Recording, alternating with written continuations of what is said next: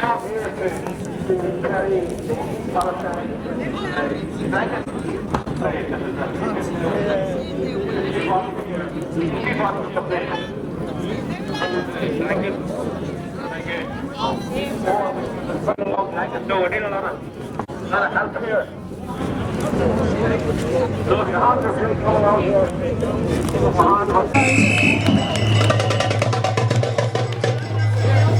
Agus te fear na fáilte roh go léireann seo aniu agus go an buíthe sa libh as achta bhéon seo ag seaasú ar son an rud ceart, ag seaasú ar son muintir a Palestine agus an Eden, go dangad an docht an Eden an Cinnagíthe.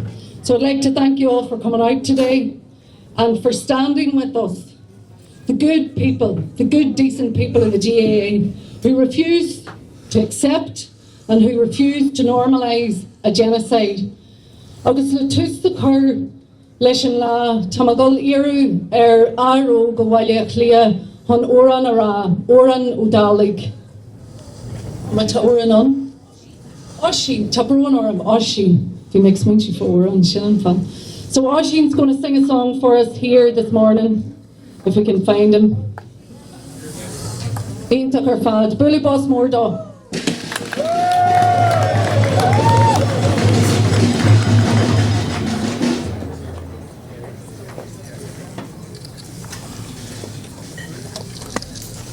So bhí muid an seoir maidin tá sé sin dhéanú ré, bhí muid an seoir maidin ó lehanne seacht, agus nuair bhí na hiantúimethe ag teachtasteach go Park an Crocaí, tháinig sé muid.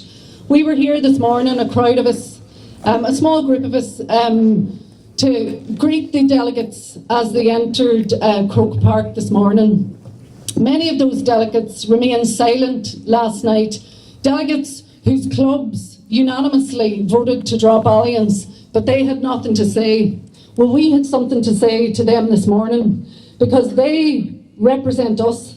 They come here to Congress, those 10 counties, and they represent the people, the grassroots people in the clubs, and they were sent with the mandate, and they remain silent. And probably the most telling statement from last night's report of Congress was when Jarlath Burns said, "The delegates in the room are all silent, and I take that as an endorsement of our decision."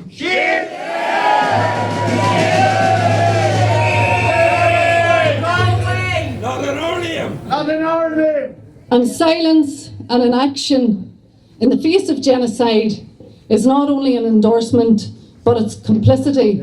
And what we are doing is we are rewarding those who are involved, who are perpetrating this genocide.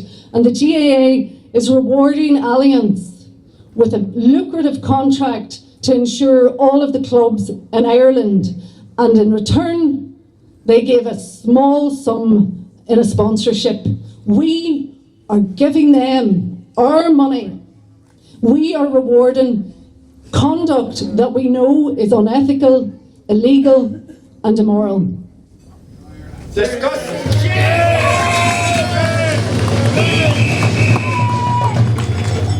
So to Oisín Ray and Ish Honoran Ara doing Gurmai Oisín.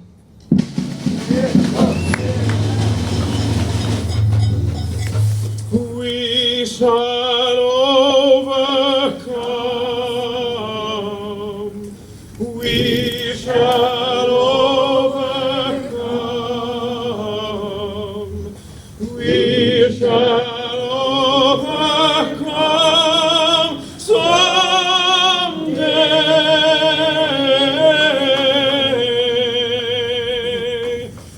Deep in my heart, I do believe we shall overcome someday.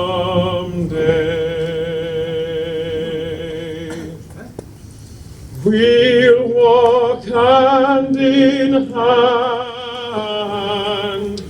We'll walk hand in hand.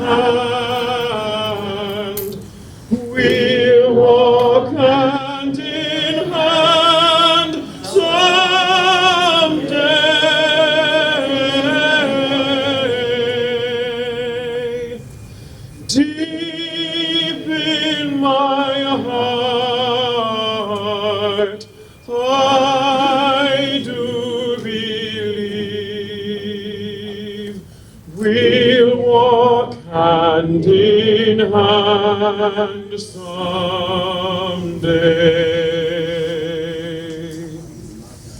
We shall live in peace. We shall live in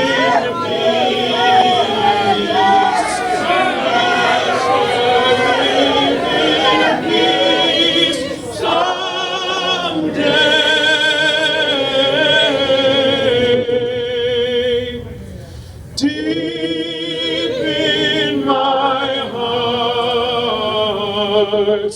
I do believe we shall walk in peace someday.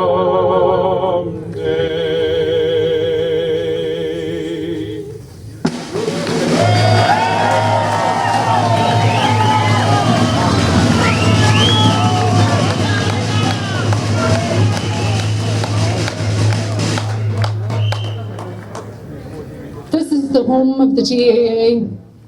This is our home. And I don't know about you, but somebody who was reared in the GAA in troubled times in County Derry, when I come to Croke Park, my first memory actually was when Derry played Tyrone in the '92 National League final. There's a few boys there today that were playing that day.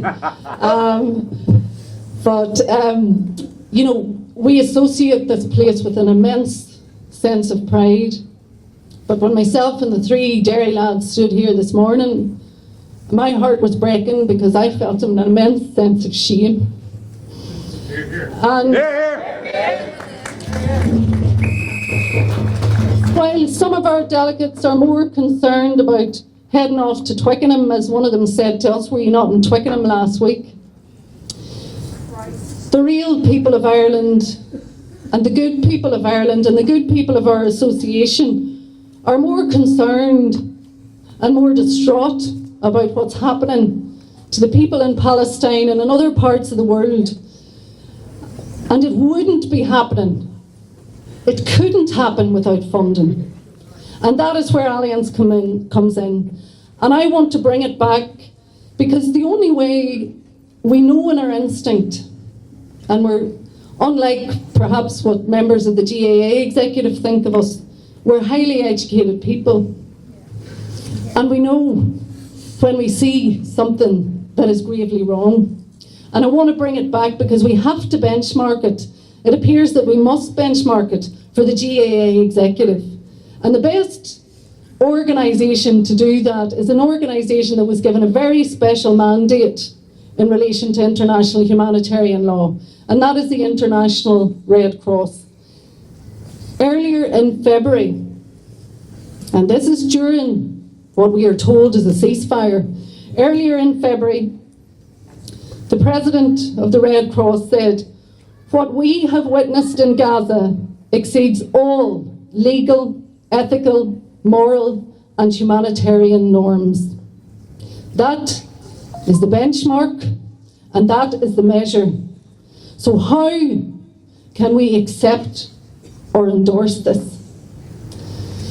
In relation to that ceasefire, and like many of you here, I grew up in the conflict in the north, and we're still dealing with the trauma of that, and will be for many years. But in this so-called ceasefire, in less than 5 months, 1/5 of all the people that were killed in 30 years in the Troubles have been killed. Over 30 years, 1/5 of that number have been killed in the last 5 months in Gaza. So again, that gives you a sense of what that ceasefire looks like. When we talk about, becoming a corporate culture, seems to be invading every part of our GAA now, and we've got all sorts of people who never kicked a ball or who never volunteered to take a team stepping up to get on these committees for the shiny prize of a seat inside the house, while the good people like ourselves are kept outside, even with physical brute force, as we realised this morning. And on the subject of violence against women, the GAA as a corporate body has decided, and there's merit in it, absolutely there is, that they have taken on a programme to end violence against women. But this doesn't seem to include the 46% of people who've been killed in Gaza over the last couple of years, who are women or children. And in most corporates over the next week on International Women's Day, there'll be lots of, and I'm not, in any way slighting what's happening there, because it's really important that those conversations are to the fore, but the very same people in the very same organisations and the very same shiny corporates like the GAA now will turn away and entirely ignore the women and children that are being slaughtered in Gaza. So, on the micro level, in terms of ending violence against women, we talk about the bystander effect. And it's very relevant to how we see the GAA, and particularly the GAA executive now. And you would think, what with them, taking the training on ending violence against women, that they would be well informed about the bystander effect. And essentially, it's, social psychologists say that people wait for someone else to step in if no one does. And if no one steps in, the aggressor receives a signal of impunity. But to break this cycle, the bystander must be empowered to act, to move from being a neutral bystander to making an intervention. And if you look at history and everything that has happened in South Africa and other places around the world, ultimately the outcome is not determined by the aggressor, but by the bystander. The GAA has chosen social conformity, but we have not. We have been actively campaigning and supporting efforts to bring an end to the genocide and to bring an end to the relationship with Alliance. And I want to pay tribute to a few people here today: Paul McGoldrick with his banner, Dr. Dave Hickey and John Herson, and all those who protested at the league finals last March to make us aware.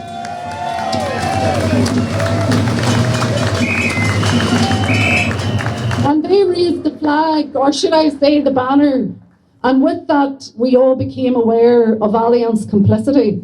And the more we found out, the more horrified we were in terms of how embedded they were, and in fact how they had doubled down in their investments over the last 2 years. And when we found this out, we actually submitted legal letters, legal submissions to the GAA, which went unacknowledged. Then with the support, the overwhelming support of over 800 players from across Ireland, former and current players, including the entire Armagh team, I should say.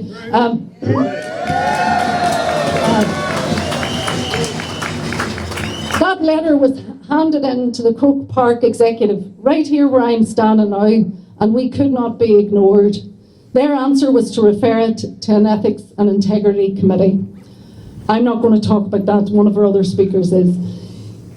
Then, following that, 10 motions, as I say, were approved by counties, and they were blocked, effectively censored. And what we do know, because we were working with many other clubs in many other counties, that they were being absolutely blocked at every turn, that they couldn't even get it on the table at county convention. And in one instance in Tipperary, where it did make the agenda, and the delegate went to speak, he was told to sit down. It had been ruled out of order, and there was an audible gasp.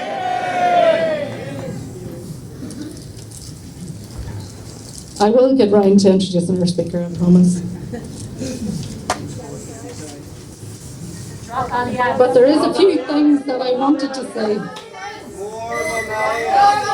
Again, if we could go back to 1940, would those inside Congress decide to sever ties with Alliance, who were at that time ensuring the Nazi death camps?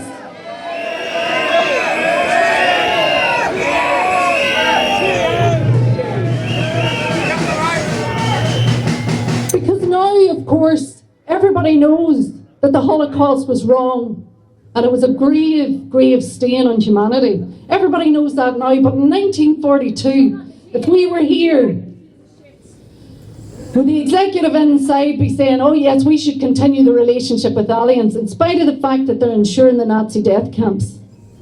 And my question to them is, in the future, when those inside are asked by their grandchildren, in the passage of time, what did they do when they were faced with Alliance complicity in this genocide? What will they say?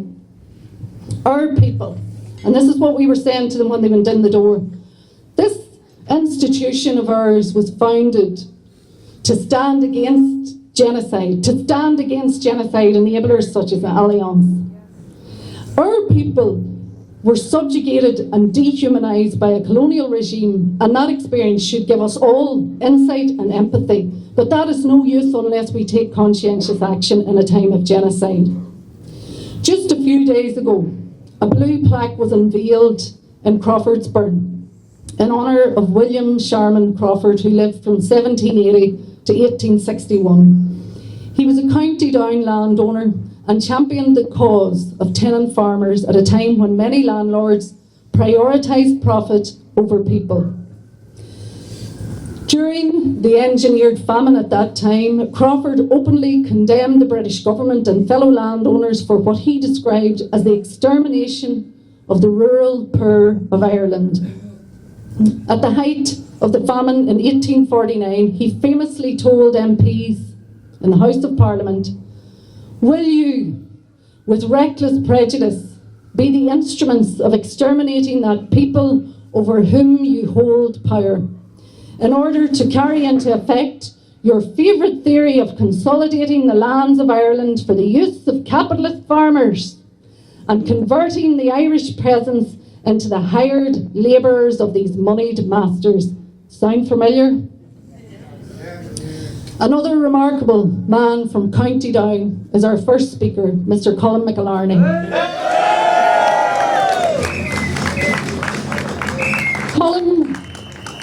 Colin played midfield for the famous Down team that won the All-Ireland in 1968 against Kerry. And I was astounded to realise when I was doing a bit of research on him that he was only 20 when he played that day in midfield for Down, and he won the man of the match. So with that, I would like to introduce Mr. Colin McIlarney. Oh, how do you follow that? My God. Look, can I say to you, I'm out of my comfort zone today. I like to have the mighty Mourns at my back in a situation like this for a bit of shelter and a bit of support. But look, I jest, of course. We're all kindred spirits here today, all of us on the right side of history. And each and every one of you that are here in such great numbers today, it really does lift the heart. Each and every one of you represent the very best of humanity, and I'm proud to stand with you. We know what we're here for today. As always, we're standing foursquare with our Palestinian brothers and sisters. But specifically today, we are expressing our fury at the JAA decision to continue with their partnership with a genocide enabler. Francesca Albanese.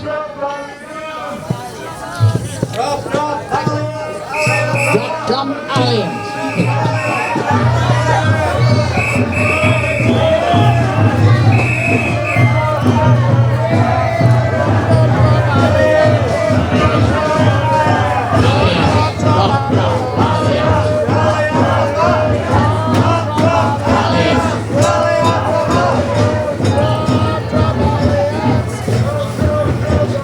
Okay, this is give me an opportunity to gather my thoughts. I meant to say as well that I have a good Mourne contingent with me here today. All of them hewn from Mourne granite. So don't mess with those guys. But as I say, we're here to express our absolute fury at that decision, reprehensible decision, because after Francesca Albanese's report in June of last year, it was clear. And we know what the facts are. We don't have to reiterate them here today. But we can say in plain language that Alliance contributes to the economy of genocide and profits from it. And yet, they're continuing as the title sponsor of our wonderful games. It is just... It is just simply unconscionable that that should be the case. Shame on them. But what I would say is, further to that, and this is specifically what I have been asked to speak about, in a previous life, I was a primary school teacher, and I had the honour and absolute cherish of teaching that special age bracket for over 40 years. A shout out to the school community of Dromara Primary School there in the village where I had so many happy memories. But therefore, as a result, you can understand how appalled I am, how grotesque it is, how perverse it is, whatever adjective you want to describe the situation where there's a genocide profiteer is sponsoring our Coming to Munskull competition. It is just an abomination, because what we know is, when we think of the tens of thousands of innocent Palestinian children who have been slaughtered,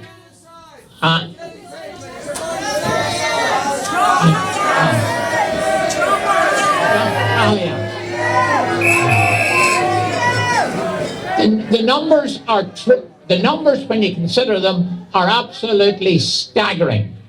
But to take, somebody broke it up and broke it down, and when you think of this, to focus our attention, that Israel have slaughtered a whole classroom of beautiful Palestinian children every single day from the 7th of October. Someone else said that if you were going to attend a funeral a day of every child killed in Gaza, you would be attending a funeral a day for over 52 years. It just is disgusting. Also, when we think of the children who are maimed, Israel has maimed up to 21,000 children. Gaza has the highest number, think about this, of child amputees in the world. Imagine in that tiny little enclave. And then also, over 40,000 children have been orphaned. It goes on and on. And when we come to the schools, 98% of the children, or of the schools, have been destroyed by that depraved genocidal regime. A regime that Alliance invests in and profits from. Can I say that the name of some, and then also 1,000 teachers as well, don't forget that, also murdered. So with the result that up to 750,000 school-aged children in Gaza have no schools to go to or no teachers to teach them. That's scholasticide, as it's called, to add to the number of despicable war crimes by that depraved regime who are acting with impunity.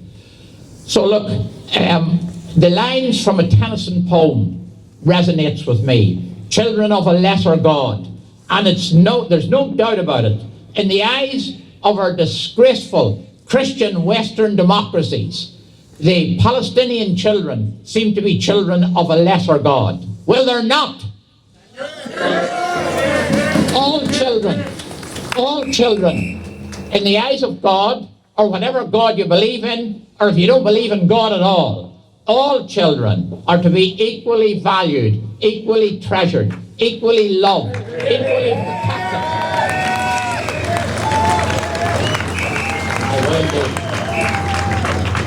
But that is sadly not the case. And Nola, give me a few lines just on that same theme. It is heartbreaking, but it's worth reading it out to you here. Just forgive me for a moment till I find it. And it's from James Baldwin. He was a civil rights activist of the mid-20th century, an American writer. And it's a quote from him that is still painfully true today. And he says, it's emotional to read it, "The children are always ours, every single one of them, all over the globe. And I am beginning to suspect that whoever is incapable of recognizing this may be incapable of morality. Look in the mirror, you disgraceful Western so-called civilizations. look in the mirror, Allianz, look in the mirror, the JA executive, and you'll see yourself there. But look, can I say, honestly, I've said this before, that, you know, I don't cry easily, never have. Gaelic footballers don't cry, sure we don't. Well, we do the odd time whenever family bereavements and the like. But I have had a lucky life. I have had a privileged life, a blessed life, thankfully. And I have had very little reason to cry until now. Over these past 2 years, I have wept bitterly of the stories of Palestinian children. It's just an abomination. But look, it's not, listen, all hope is not lost. There's a light, a bright light shining all the way from the great Oakleaf County, the county of Nullick-Brawley here. Because we have learnt that there's a local civil engineering firm who have taken on the sponsorship of the Common School competition for all the schools in Derry for the next 5 years.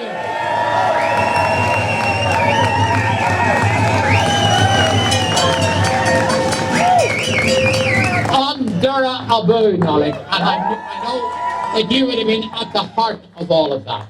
Also, we know that just a few weeks ago, the Conor na Gaeilge conference, a motion was passed there as well to drop Allianz. And we know that upcoming now, this weekend, I think it is, next weekend, the INTO union, the Northern Union, have a motion to drop Allianz. We asked the delegates and urged the delegates to get behind that. And then we also know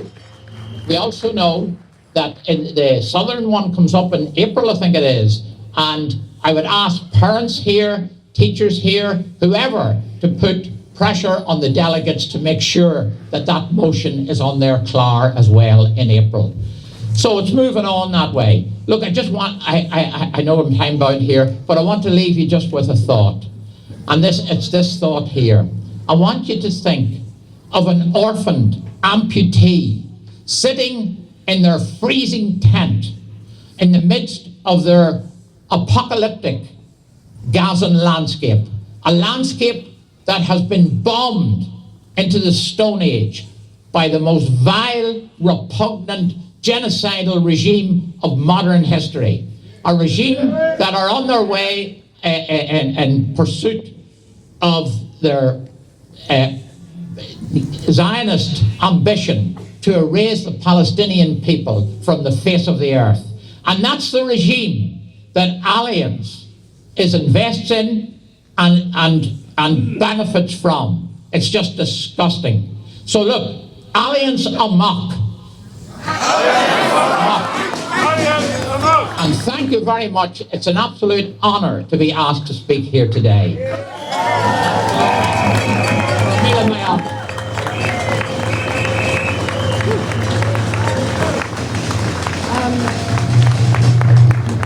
People who've been involved in this campaign from the very start, like Michael Doherty and that, they're always amazed how I can get people's phone numbers. And I managed to get Colin McIlarney's number through various routes. And when I first spoke to him, you know, it was honestly such an amazing conversation. But he talks about wanting to cry. I almost cried because he talked to me about how he loves the National League. And he would go to all the games because he feels it's a much more competitive, much more equitable competition. And people in Down probably would see him at every National League game. And he said to me, you know, and I get such enjoyment out of it. You know, when at his stage of life, I can imagine, I remember my late father, you know, how much enjoyment he got at that stage going to the game. But he said, you know, it just pains me so much, it hurts me so much, and in conscience, I cannot go to watch Down play in the leagues. So that man arrives 1 hour early before Down play in Park Esler, and he stands outside and he speaks and he tells everybody why the GA should drop Allianz, and then he turns and he goes home and he doesn't go in to watch his beloved Down play.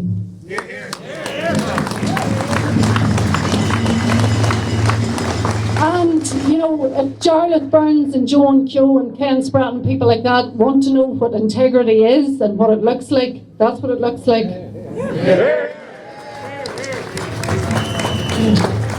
The next speaker here is a St Eunan's clubman and former Donegal footballer. Although I am reliably informed that he got his talent and his talent was nurtured in Derry. So I was going to introduce him as a Derry man, but no, his football career began in Derry City, where his mother and aunts were working in the famous shirt factory. And from there he went on and played for Donegal. And Dave Hickey, I don't know if you saw Brendan's interview on Prime Time, and Dave Hickey said to me recently, he said, you know, that particular debate reflects exactly where we are. So you've Brendan Devaney, whose heart and soul about the GAA, who's played with honour for his club and county, and on the other side you have a director from sport and business whose principal partner is Allianz. That's what it is. So, you know, we all know the truth when we hear it, and we heard it that night in Prime Time. And here he is, the man himself, Brendan Devaney.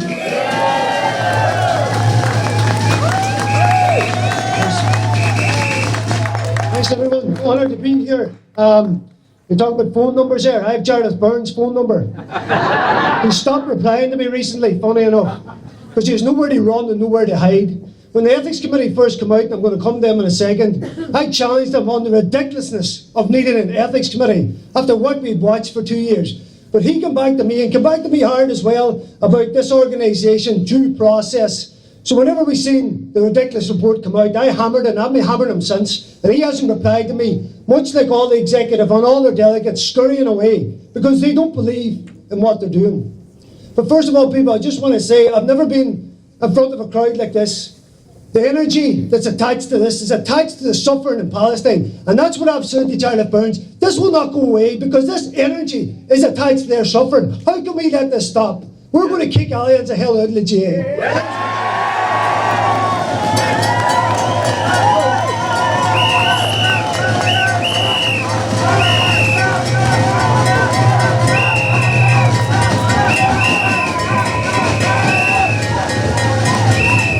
Folks, I know in your heart, you're the same as my heart. We stand for the oppressed. It's just who we are as people. We can't help it. But we also stand against the people who cause the oppression, who cause the death and destruction in Gaza. We stand against them. We call them out for what they are. The bloodstained Allianz and their backing of this genocide regime has to stop.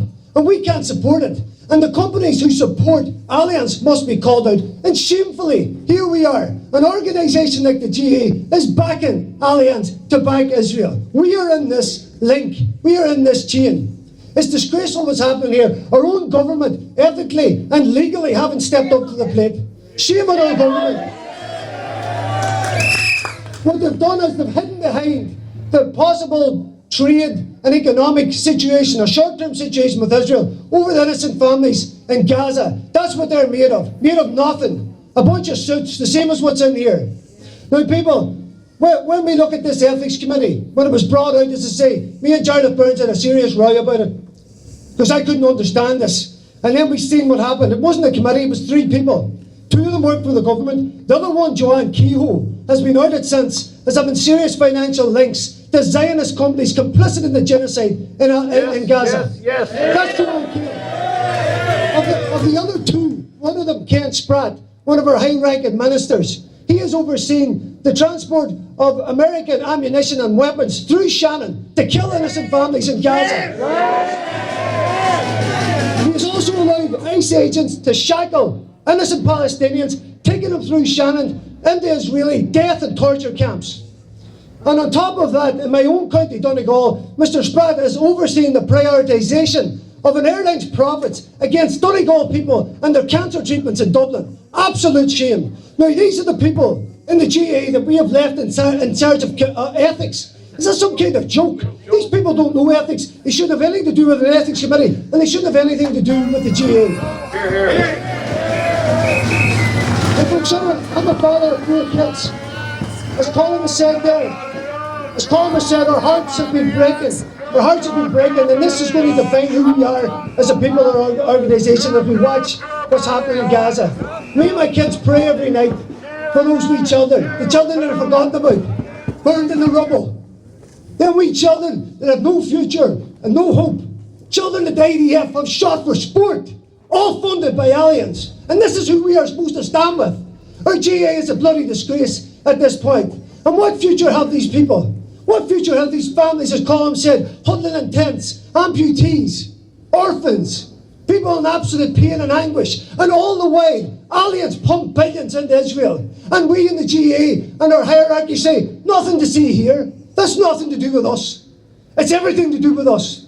So either we stand firm now and we send the message to the GA, and it's loud and clear, it's been loud and clear around all the grounds of Ireland, that we are not standing for this. The message is plain and simple to Jarlath Burns and the executive. You are only in your position for a short period of time. Shame on you. We will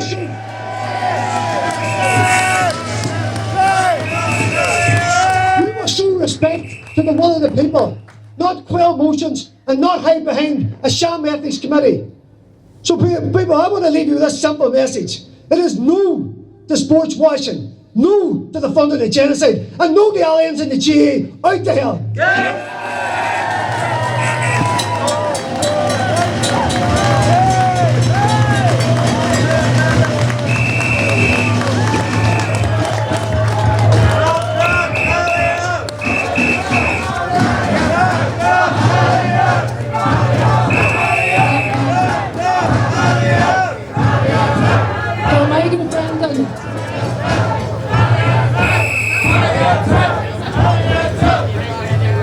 Agus in show Condy to me, somebody who played, perhaps not with grace,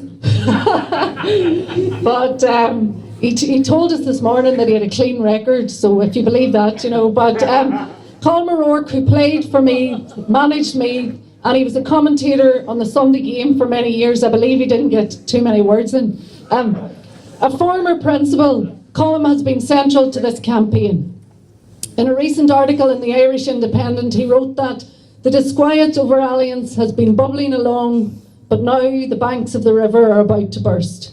If the management committee refuses to allow motions on the issue passed by 10 counties to be debated at Congress, then democracy is a dead duck. And here we are. Colin O'Rourke. Good morning, everybody. It's great to be here, and it's great to see so many people. When we came here in August to hand in our letter of protest, I think we had maybe 15 or 20 people at that time. So it's great to see that we throw a little rock into a pool, and we've started to create quite a lot of waves since that. And Nullig is quite right here. I couldn't get in a word on the Sunday game, and it certainly runs through the family as well. I was going to talk a bit about football, but there's not much point. There's lads here from Dublin and Derry and Donegal and Tyrone. They'd know fuck all about it, so there was no point in mentioning that at all. So maybe we better stick to Allianz. I was just going to talk to you a little bit, you know, about governance and about the direction of the GEA. Behind us in here this morning, the GEA are debating a motion about whether county players should play more football with their clubs. Can you ever hear anything so perverse that a player is supposed to be asked to play more with his club? That's where they started from. They should be demanding that they would play more with their clubs. That's the debate that's going on in here, while the Allianz motion was buried. And as Nullig said earlier, nobody raised a voice of objection last night, even though the delegates from 10 counties who had passed that motion, they got their opportunities, they didn't speak up. Really shame on them. We're brought up supposed to believe in democracy, and we are lucky that we live in a country, a democracy, with a good standard of living, freedom of speech, freedom of movement. And GEA democracy is supposed to start with the clubs. You send a motion to your county convention, it goes then, if it's passed there, to Congress. What hope have we if that particular route of democracy is being closed off because we have powerful groups who believe that we should protect the authors of genocide over our own members. It really is a shameful direction to take. Now, Allianz, I've written about Allianz extensively. After the Second World War, they said that they had atoned for their crimes in the war, and they never again would be complicit in the abuse of human rights. What a shower of hypocrites to have that. And they should be run out of the country. They shouldn't have anything to do with anything. Coming the month, well, I think in the South will be running a motion shortly to get rid of them. And that should be the start of it. And hopefully we will keep up the campaign. It has started small, it's getting bigger. Where do the players stand on this? The GPA have hidden behind the GEA on this as well. Why could they not come out and say that they did not believe that they were playing in a competition with a sponsor like this? Why couldn't they not say that? Players in Tyrone, players in some other counties, different people have removed Allianz signage at games. There's been protests outside different grounds. Yet the GPA were more concerned over the last couple of months with coming up with a more beneficial commercial deal for players. Shame! Shame! They are not representing the players properly. Or it would be very unfortunate if we thought that the players in our great organisation just had no understanding or were completely indifferent to the suffering that is going on in the Middle East. I don't think that that's the case. I think that there is of a more moral fibre to them.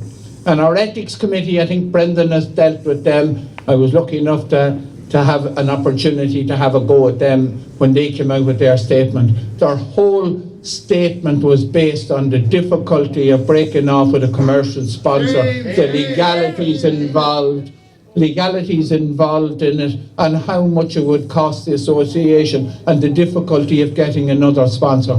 They never mentioned the killing, the genocide that's going on.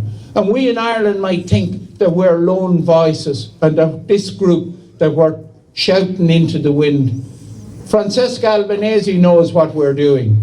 She has commented on the fact that there's a group in Ireland in the GEA who are supporting her, because the United States, of course, have blacked her and tried to denigrate her good name because of her report.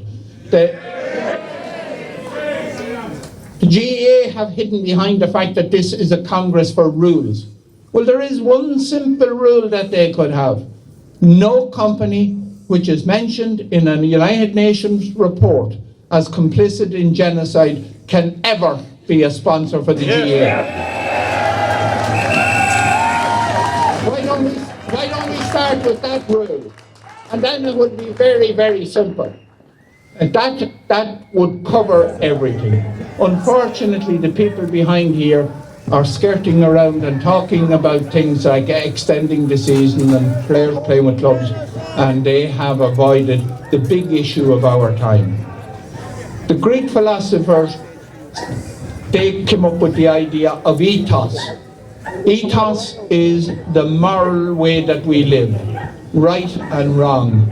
It's very easy to understand what's right and wrong when you see what has happened.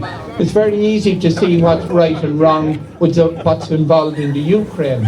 Why is there double standards there that we condemn everything associated with the Russian invasion of Ukraine, and the Israelis are getting off scot-free from what they have done in the Middle East? If anyone raises an argument, of course you're called anti-Semitic. That's the easy escape for everybody to do so. But we must champion at every turn and every opportunity the rights of the people of Palestine to a free life. And we must champion the fact that in our organisation, which is based on giving, the whole ethos of moral living should be giving. The whole idea is to be authentic in life. What is authentic in life? Are the people who are demonstrating against Allianz the people who are authentic in life, or are those who are backing them and allowing to be sponsors? Who's the authentic voice of the GEA there? I don't think we need to debate that. Thank you very much.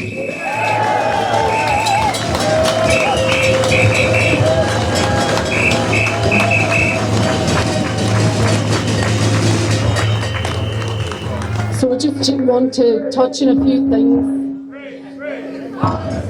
Free, free, Palestine, Palestine. I just want to talk about a few things that some of the speakers have spoken, have mentioned and have referenced. And I think we all understand how important the GAA is to Irish society. It's probably the most important organisation in civil society.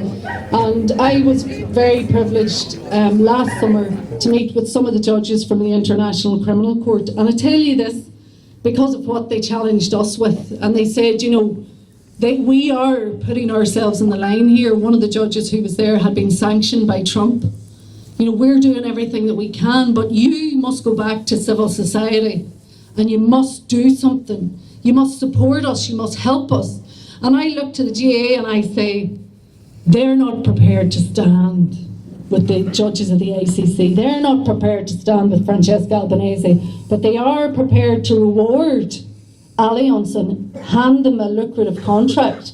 So it's actually worse than letting them get off scot-free or just being neutral. They're actually rewarding behaviour and conduct that any reasonable person would say is unethical, immoral, and absolutely atrocious. So, you know, that's important that we realise that. And as well as that, in terms of human rights responsibilities, when I was going to bed late last night, and unfortunately I saw the article come in from the Irish Examiner on last night's proceedings, and it wasn't conducive to getting a good night's sleep because I was so angry. Because essentially the Ard Stewart in here essentially said, you know, our responsibilities have to end somewhere. So they don't extend as far as a genocide, but, you know, for all the highly educated and qualified people that they have now at the top of the GAA, one would imagine that they at least are au fait or have looked at, you know, what human rights responsibilities are and what organisations and corporate entities like the GAA are supposed to do. So for the Ard Stewart to say that, you know, their responsibilities don't extend at a time of genocide, it's absolute nonsense, and it's an insult to everybody standing here, because their responsibilities must be independent of the state. They must act regardless of whether the state is willing to act. And in fact, as the judges said last summer, it's even more important that we act when our governments are failing to act. So it's more important for the GAA to take that stand. And, you know, we all lived through a time when, and there was many calls, and you look back to the likes of Mary Robinson and people like that, who with great courage stepped out and said there must be a separation between church and state. Well, I say the same about the GAA, which is essentially taking the place of the church now. It's become so powerful in Ireland. I say there must be independence and separation between church and state. But what we had was we had an ethics committee. 2 of the 3, as Brendan rightly said, were employees of the state. And crucially, one of them, Mr. Ken Spratt, he is the highest ranking civil servant in the Department of Transport.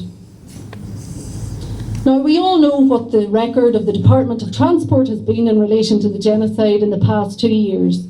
We have munitions going through Shannon. We have exemptions being granted in August 2025 for a plane carrying munitions through Shannon, and an exemption had to be given and was given by that department to then land in the Vatim Air Base in Israel. So, in terms of the Ethics Committee, you had the highest ranking civil servant in the Department of Transport, whose record is there for everybody to see. And then, when you look at the GAA executive, we are now, it has been brought to light by the Phoenix magazine that one of the executive members secured a major deal with Apollo Management that's owned by Mark Rowan. Mark Rowan is a huge Zionist billionaire. He secured this deal for this Irish firm in August 2025. He has been the lead in the United States in pulling funding from universities who have allowed pro-Palestinian protests. He is one of 5 major donors to AIPAC, and he has been appointed to the executive of Trump's board. The board that I like to call the corporate colonial board. So he secured a major deal for one of the executive members of the GAA in August 2025, and that same GAA executive committee in December made the decision to retain Allianz. And when Phoenix approached the executive member as to whether that person should have absented themselves from that decision, that person declined to comment. And these are decisions that are being made in our name for our GAA, and we really need to start looking at what's happening to our GAA. And what I'm going to say to you now, if your clubs haven't already made the decision whether or not to transfer essentially total control and ownership to the corporate entity, please don't. Retain control of your clubs. Keep your local trustees, because if we don't have power at the base, it's gone. So, to finish off now, a very striking image that I saw during the year, and it was a photo of Dr. David Hickey. And he was standing down by the Liffey there with statues of the starving and beleaguered Irish, stripped of their dignity. And that image is really so powerful. And that's an image that we all understand. You know, we don't have to explain that, and we shouldn't have to explain it to those inside. But I'll introduce him with the words that Darragh Caniggia said during the week. Darragh Caniggia, such a great GAA man, such a great player, such a man of great integrity. These are the real leaders of our GAA. And he came out during the week to support our campaign. And he said on the basis of the UN report alone, Allianz should have been gone. And when he talked about Dr. David Hickey, he said, I just think David Hickey is a great human being. And he's been...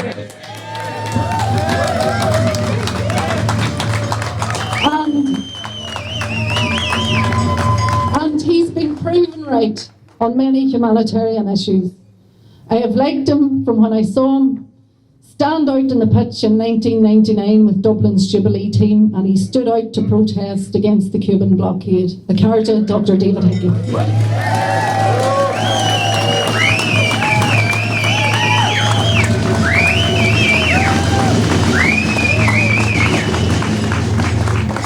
Thanks, Lorraine.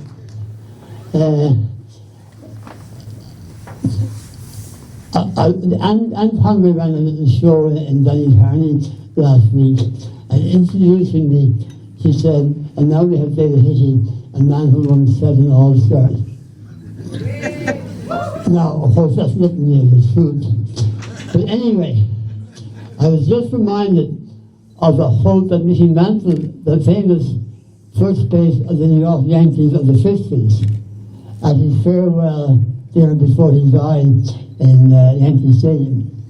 And he ended up with these words, which apply to me pretty actively. The older I get, the better I was. So I hope we have 20 All-Stars before I shuffle off this mortal coil. Anyway, I want to thank Molly for asking me here. I want to thank everyone for turning up. We have been doing this for quite a while. We, the Blood for Palestine, celebrated our 99th consecutive Wednesday outside the door in the Israeli embassy last Wednesday. We're 100 next week. We have the Days for Genocide, who actually stimulated us to get going on this. I remember my first trip to Belfast, meeting Michael Doherty. We have all the other Allianz groups that Nolan and other people have promoted.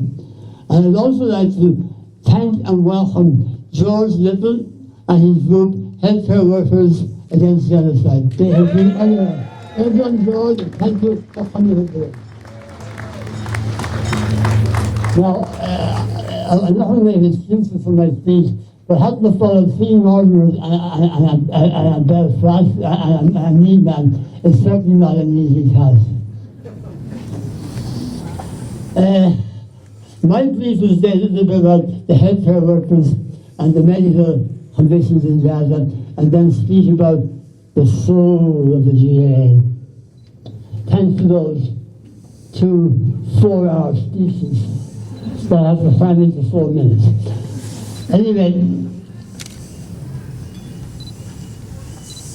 we are now 2.5 years into this genocide, which is the tip of the iceberg of what has gone on in Gaza and Palestine for the last 75 years. We know the numbers: 700,000 dead, 40,000 orphans, another 30,000 wounded children but no surviving family. Massive numbers, world-record numbers of amputees. And we've heard the testimony of doctors who have gone over and worked there.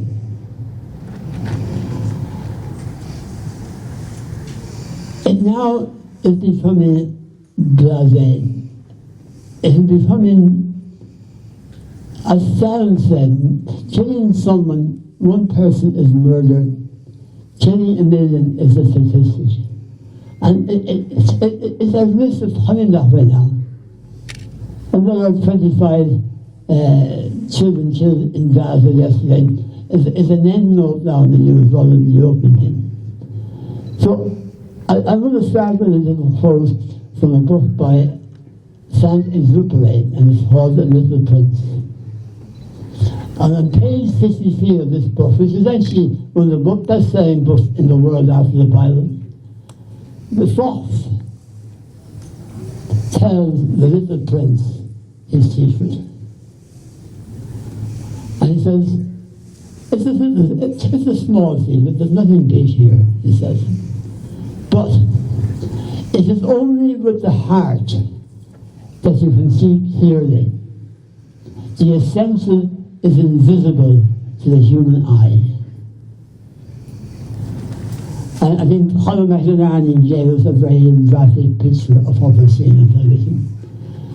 But to bring it back to your mind, I watched a movie called The Voice of Hind al-Arab 2 weeks ago. And I watched it in the Lighthouse Cinema, which was packed. And at the end of that movie, nobody knew what to do. People couldn't get out of their seats, people were in tears, people couldn't talk. We were absolutely shocked. And what we saw in that film was good and evil. We saw a little 6-year-old girl surrounded by 6 of her family members being tortured to death by the Israelis who were playing cat and mouse with the ambulance crew. A lot of the movie is shot in the Red Cross, or the Red Crescent station that monitored and coordinated all the activities. And on the walls they had pictures of ambulance drivers who had been killed, of nurses, doctors, friends of theirs who had been killed. And they knew what they were dealing with now. And the poor chief of the thing was trying to do it as best he could to make sure they got a safe passage. But he knew that it was a difficult situation. Eventually, after 3 hours of this little girl crying for help, the Israelis gave the ambulance safe passage for the 8-minute trip from where they were to pick up the girl. The chief of the station gave the ambulance crew permission to travel. He knew in his heart and soul that he was sending them to their death. the ambulance drivers, the lads, knew they probably wouldn't survive this. They went ahead and got within 100 metres of his car, and they were blown to bits.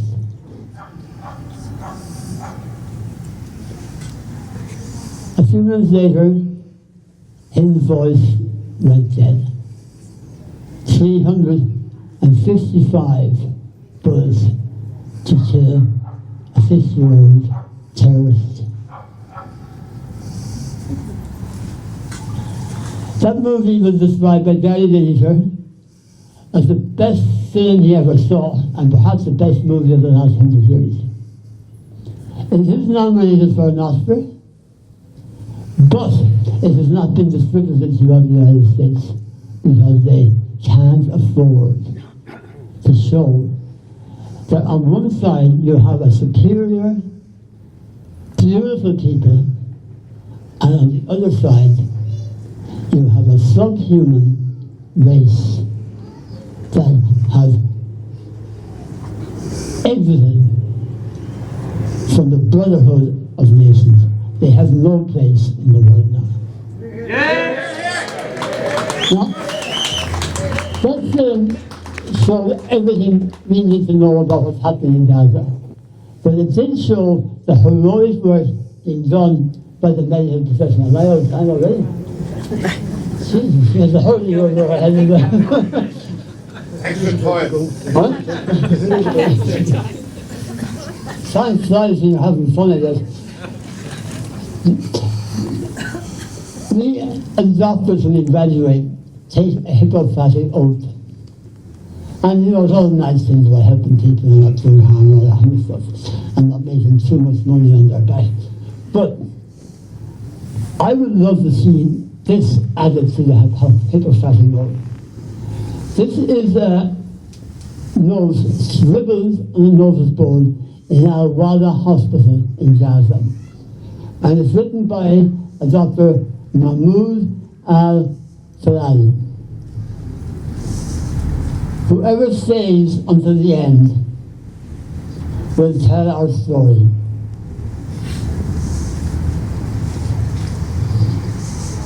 We do our best.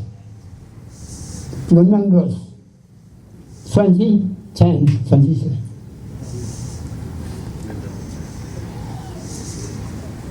The performance, 1,500 healthcare workers have been massacred in Palestine and Gaza.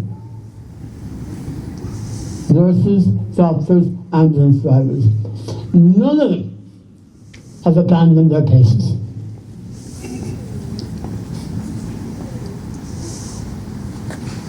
If we survive this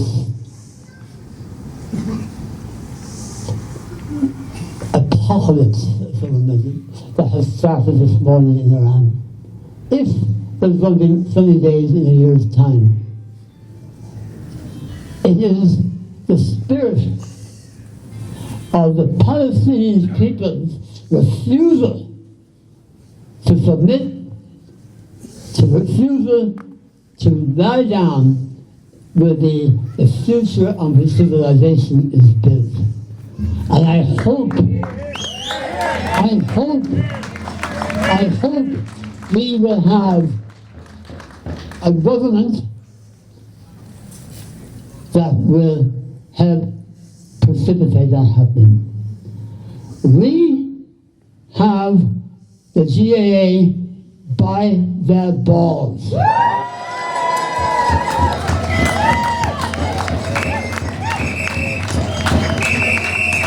Jared Byrne thinks silence in that room last night was their complicity with his complicity. Wrong. It is the silence of the lambs leading to their slaughter. And it is our DVA that has to see the end of this apocalyptic bullshit that's on behind my back. Now, I was told to speak about the soul of Ireland, and I'm going to do this very quickly. You got plenty of time. He got plenty of time. So I'm okay. We put him to the end because we knew we'd never stick to 4 minutes. Okay. The soul of the GA, as my brother Michael said recently, was built on trust. We believed in what we were doing. We believed in the good work being done by the grassroots of the association. We sort of believed the whole party was important and they were great guys and they were all powerful and all knowledgeable. We all know now that that is absolute horseshit. They are mainly self-interested on their road to a better job somewhere else.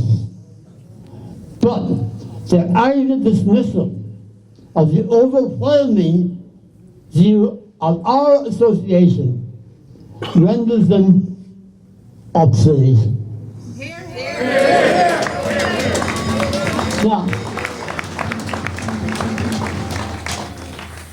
RTE don't often get things right. In fact, they usually get things wrong.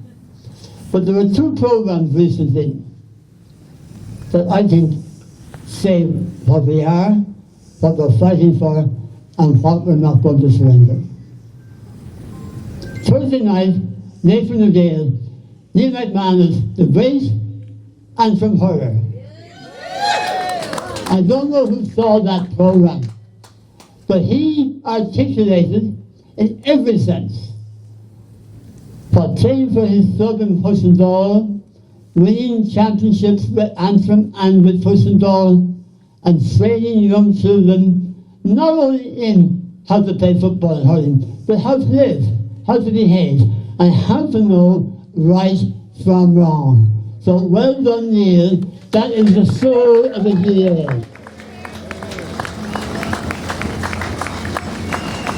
The other program was, and Millie has mentioned it already, was Prime Time. Prime Time pitted Brendan Devney against Rob Hartley.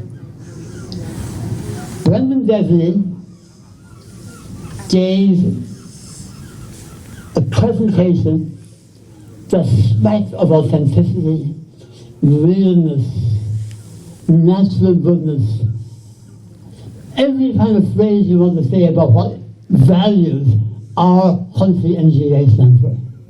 Absolutely, and I'd like to applaud you, Brendan, for a wonderful, wonderful, wonderful. And I'm certainly glad I'm on your side in this one. The other side was Rob Hartley, representing sport for business. Not even business for sport, but sport for business. And there is the whole vein given away straight away. The vein is only to make money for fucking Allianz. That's the vein. Anyway, Rob started out by saying he was a great friend of mine and we chatted recently. I never met the boss in my life. I never heard of him in my life. But listen to this. This guy comes from a gambling background. And he has written a document propositioning the government to avail of the opportunity to make Ireland the international hub of online gambling. He wants to turn Ireland into Las Vegas. With the hotels, the human rights abuses, the prostitution, the drugs, and everything else. Now, I think that program did more good for our anti-Allianz campaign than any amount of Chancellor talking. Because they showed what the appalling vista of this outfit trying to be a big conglomerate, a big corporate body. That is not acceptable. So thank you, Brendan, for doing it. and thanks RTE for inadvertently. And of course, sorry, I forgot one of the punchlines. Harness Sport for Palestine is sponsored by Allianz. And that was never disclosed by RTE. And that would be a big problem for them down the road. Anyway, again, we're starting. We're on the road. Wonderful crowd today. I am joining the wonderful Holland Army. I am going to go to every Dublin National League game this season. I'm going to stand outside with one of the banners, and I am going to walk away once the game starts.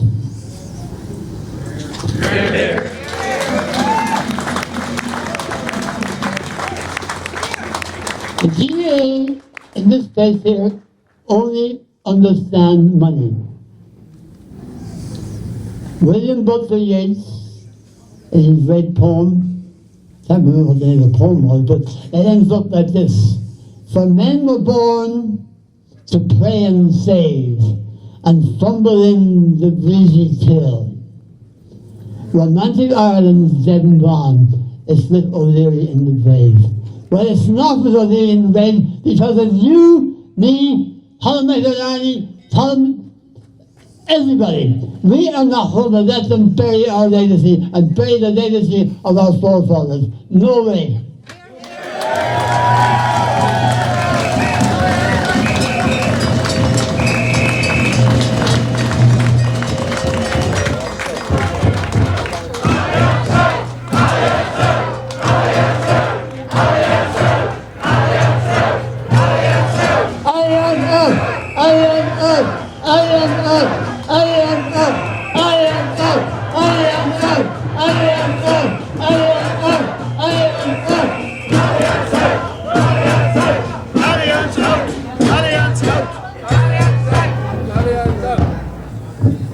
Look, before everybody disperses, I've just been thinking there, I want to take the opportunity here to pay tribute to humanitarian champion all of his life, the great Dr. David Hickey. And every time I think of David, I think of a poem, a few lines from a poem of one of my favourite poets, Raymond Carver, an American poet. And it goes like this. It's like a dialogue between two people. And one says to the other, and did you get what you wanted from this life even so? I did. And what did you get? To call myself beloved, to feel myself beloved on the earth. And David, you have achieved that in spades. You are universally loved and respected by all of us who are privileged to know you. And by the way, I realise maybe it reads a little bit like an epitaph that. I don't want it to read that. I want, before your epitaph is written, I want you to have many, many more birthdays into the future.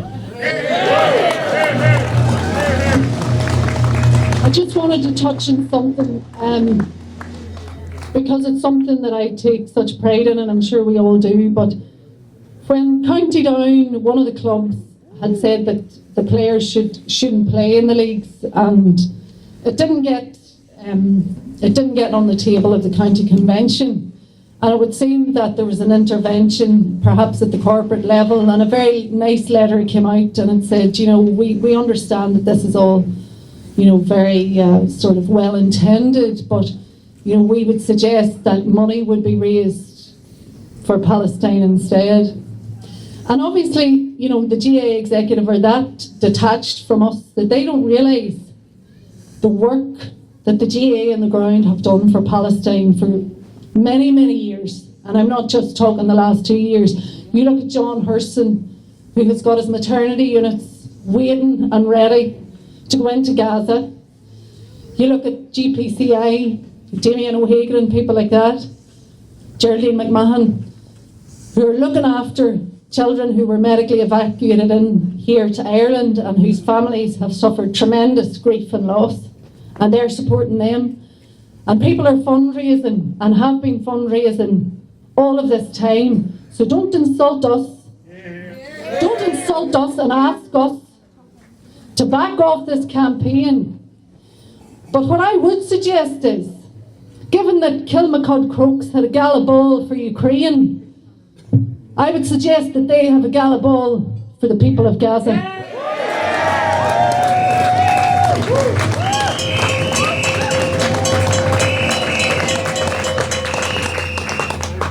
So let us not despair, for despair keeps us trapped in the colonial story.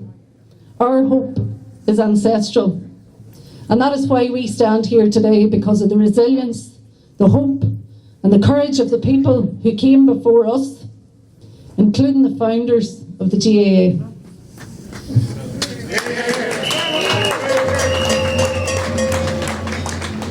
We can make a difference with this campaign. We can pressurise other sporting bodies and organisations to end relationships with companies that are enabling and funding the genocide. We can also pressurise our government into taking long needed action. What is normalised can be denormalised through deliberate, collective refusal to accept. And we will not accept this. So to finish off, there are some actions that we all must continue. To attend the protest, there's several protests this weekend at league matches, and to keep on, get an odd number, find out, get a number, contact players, contact management, make sure it's a small gesture but it means an awful lot that they don't stand with the bloodstained banner of Alliance.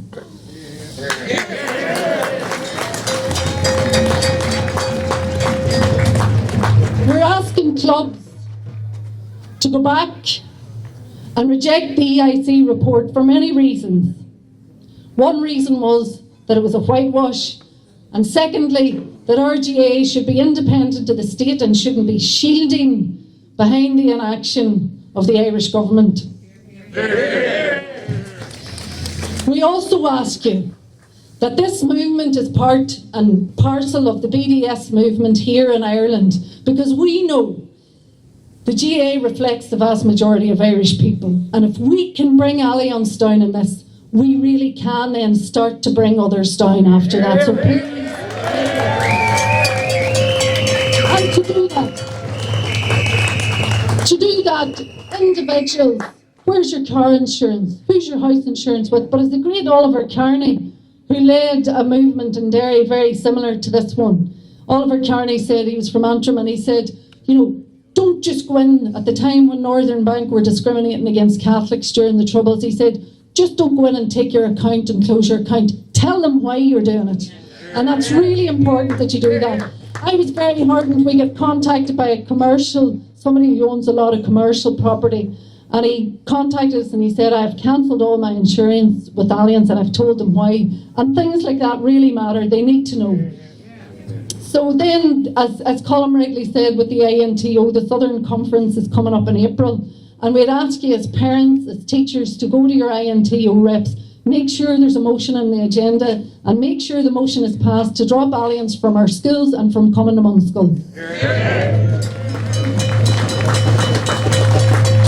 And we as a body between the groups have decided that we need to go to Alliance headquarters. We've come to Croke Park, and this Thursday we'll be going to Alliance headquarters on Thursday at 12:30 p.m. and we would like you all to join us, and we'll be there for the hour. If you're on your lunch break, come and meet us and stay with us for a while. So we'll be putting details of that up on social media, and we ask you to join us. Before I finish, I want to thank the organisations who've been involved in today's event.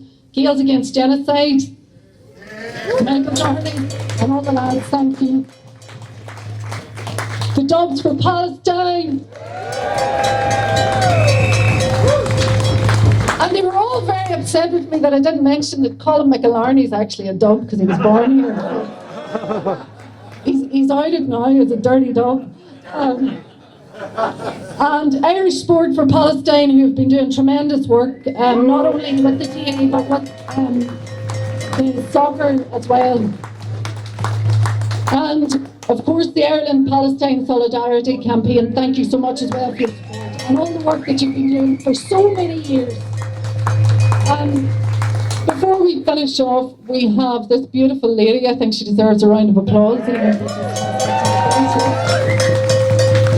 And again, it goes to the creativity of the Irish people. You know, it's in times like this that we must be creative. We're forced to be creative, be it in whatever sector we are, to try and change these things and to try and dismantle this system. So I'm from Refusal Art, and she's going to read a poem that she's written for today. Hello. So this song, or this poem, however, was written for today, and it's called Give Up Your Old Genocidal Sins, and it's for the GAA. From the lily whites to the blackest pool, from the boy Cú Cullen to Finn McCool, we will remind you who you serve, from inter-county to third reserves. We did not beat the black and tans with guns, machinery or tanks. In Croke Park, 21st of November 1920, 10,000 stood with pride aplenty. The tanks rolled in and shots were fired. The RUC were bought and hired. All along the Cusack stand, they bled and heard the bullets land. So don't tell us who our alliance is with. It's not Israel and it sure ain't Brit. The black and tans withdrew through Irish pressure. The Britain mandate, a later measure. The thugs who killed us, clandestine, were exported then to Palestine. They brought their evil empire curse. They sharpened it and exacted worse. The wind that shakes the barley is here, from Mizzen Head to Dunleary Pier. So when your Congress gathers to discuss cash, listen out for the approaching angry ash.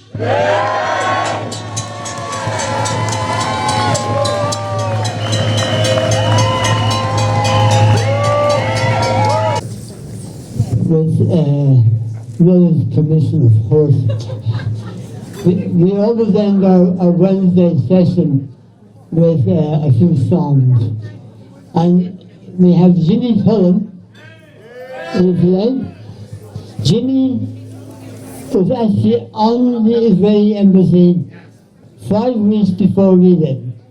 And he has been at the US embassy for the last 105 weeks. So Jimmy,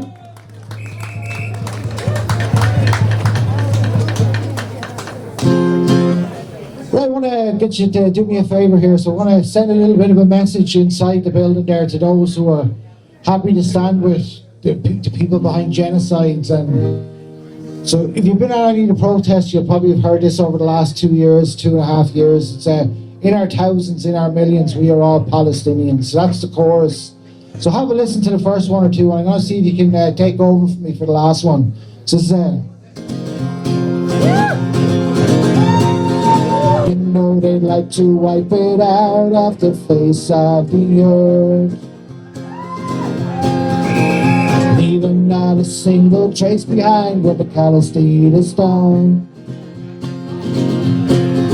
Oh, but there's one thing that they completely fail to see, that Palestine runs far beyond the river and the sea. Because in our thousands, in our millions, we are all Palestinians.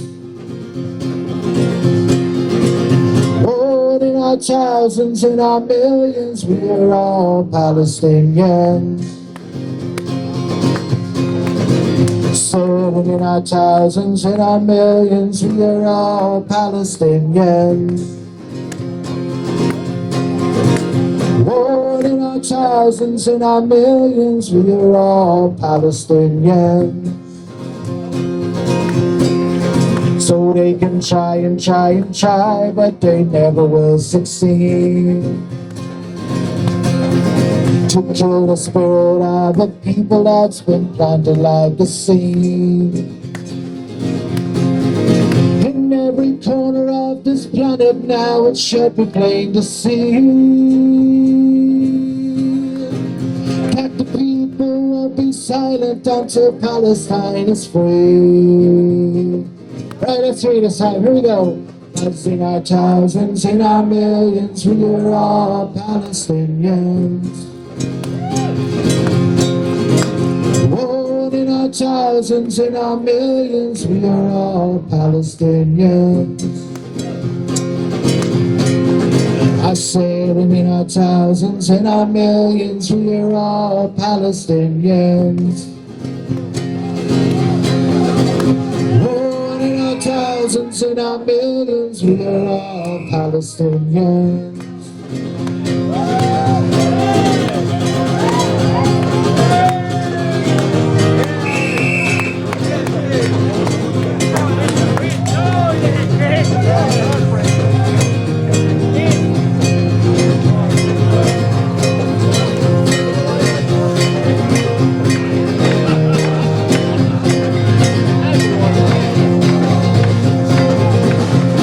This time on your own, everybody ready? Yeah, here we go. 1, 2, 3. We are time.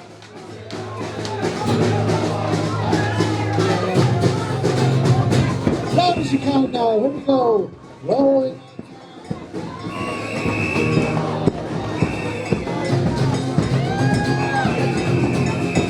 I said in our thousands, in our millions, we are all Palestinians.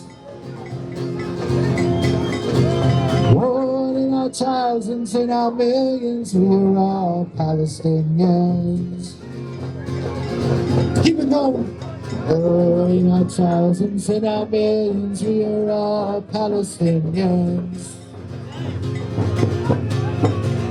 Oh, in our thousands, in our millions, we are all Palestinians. Said in our thousands, in our millions, we are all Palestinians. Last one, because in our thousands, in our millions, we are all Palestinians. Thank you.